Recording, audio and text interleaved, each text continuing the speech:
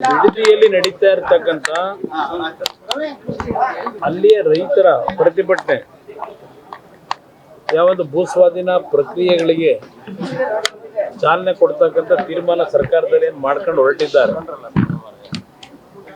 ಅದರ ವಿರುದ್ಧ ಸುಮಾರು 475 ದಿನಗಳು ಆಗಿದೆ. ನಿರಂತರವಾಗಿ ಆ ಭಾಗದ ಹೆಣ್ಣು ಮಕ್ಕಳು, ಯುವಕರು ದೊಡ್ಡ ಮಟ್ಟದ ಹೋರಾಟ ಏನು ನಡೆಸ್ತಾ ಇದ್ದಾರೆ.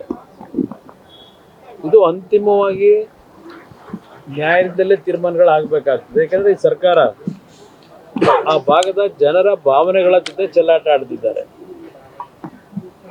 ಅವರಲ್ಲಿ ಏನೋ ಒಂದು ಪ್ರತಿಷ್ಠೆ ಇಟ್ಕೊಂಡು ಹೊರಟಿದ್ದಾರೆ. ಪ್ರತಿಷ್ಠೆ ಅನ್ನೋದಕ್ಕಿಂತ ಹೆಚ್ಚಾಗಿ ಅಲ್ಲಿ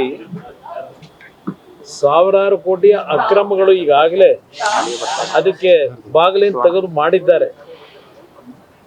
ಅವರಿಗೆ ಟೌನ್ಶಿಪ್ಗಿಂತ ಹೆಚ್ಚಾಗಿ ಆ ಟೌನ್ಶಿಪ್ನ ಹೆಸರಿನಲ್ಲಿ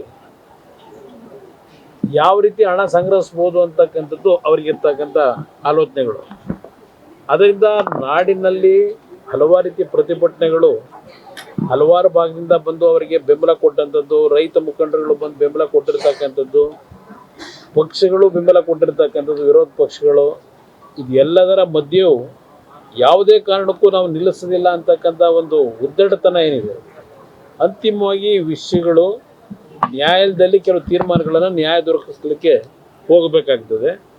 ಆ ನಿಟ್ಟಿನಲ್ಲಿ ಏನು ನಮ್ಮ ಮುಂದಿನ ಕ್ರಮ ತೆಗೆದುಕೋಬೇಕಾಗ್ತದೆ ಆ ರೈತರ ಪರವಾಗಿ, ಅದರ ಬಗ್ಗೆ ಚಿಂತನೆ ನಡೆಸಿದ್ದೇವೆ. ಅಷ್ಟೇ ಅಲ್ಲ, ಒಂದು ರಾಜ್ಯದ ಹಲವಾರು ಭಾಗದಲ್ಲಿ ಈ ಒಂದು ಭೂಸ್ವಾಧೀನ ಪ್ರಕ್ರಿಯೆಗಳ ವಿಷಯದಲ್ಲಿ ಕೆಲವು ಪ್ರತಿಭಟನೆಗಳು ನಡೀತಾ ಇರತಕ್ಕಂಥದ್ದು ಗಮನಿಸಿದೆ.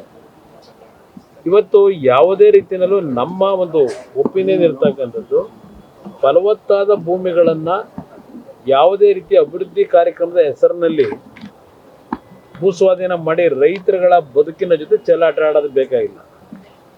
ಎಲ್ಲಿ ನಮಗೆ ಯಾವುದೇ ರೀತಿಯ ಬೆಳೆ ಬೆಳೀಲಿಕ್ಕೆ ಸಮಸ್ಯೆಗಳಿರ್ತದೆ, ಬೆಳೆ ಬೆಳೀಲಿಕ್ಕೆ ಆಗಲ್ಲ. ಇವತ್ತು ಸರ್ಕಾರದ ಭೂಮಿಗಳೇ ಹಲವಾರು ಕಡೆ ಇದೆ. ಆ ಸರ್ಕಾರಿ ಭೂಮಿಗಳನ್ನು ಯಾರೋ ಮಧ್ಯವರ್ತಿಗಳು ಲಪಟಾಯಿಸ್ತಕ್ಕಂಥದ್ದನ್ನು ಬೆಂಬಲ ಕೊಡ್ತಕ್ಕಂಥದಕ್ಕಿಂತ ಬಿಟ್ಟು ಇವತ್ತು ಅಂಥ ಒಂದು ಭಾಗದಲ್ಲಿ ಮಾಡಲಿಕ್ಕೆ ಅನುಕೂಲ ಇದೆ. ಅದನ್ನು ಸರ್ಕಾರಗಳು ಮಾಡಬೇಕು ಅಂತಕ್ಕಂಥದ್ದು ನನ್ನ ಅಭಿಪ್ರಾಯ.